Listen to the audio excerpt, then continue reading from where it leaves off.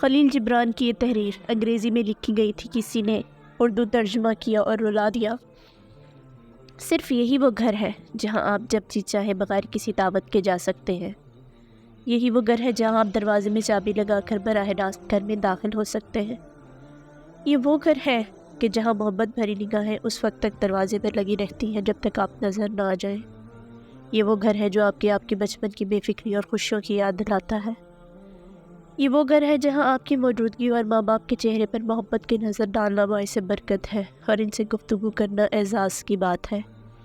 یہ وہ گھر ہے جہاں آپ نہ جائیں تو اس گھر کے مکینوں کے دل مرجھا جاتے ہیں۔ یہ وہ گھر ہے جہاں ماں باپ کی صورت میں 2 شمعیں جلی رہتی تاکہ اب دنیا کو روشنی سے جگمگائے اور آپ کی زندگی کو خوشیوں اور مسرتوں سے بھر دیں۔ یہ ہے وہ گھر جہاں کا دسترخوان خالص محبتوں سے بھرپور اور ہر قسم کی منافقت سے پاک ہے۔ یہ وہ گھر ہے کہ اگر یہاں کھانے کا وقت ہو جائے اور آپ کچھ نہ کھائیں تو اس گھر کے مکینوں کے دل ٹوٹ جاتے ہیں اور وہ ناراض ہو جاتے ہیں۔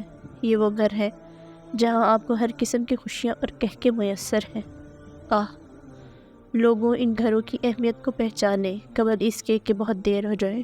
وہ لوگ بہت خوش قسمت ہیں جن کے پاس والدین کے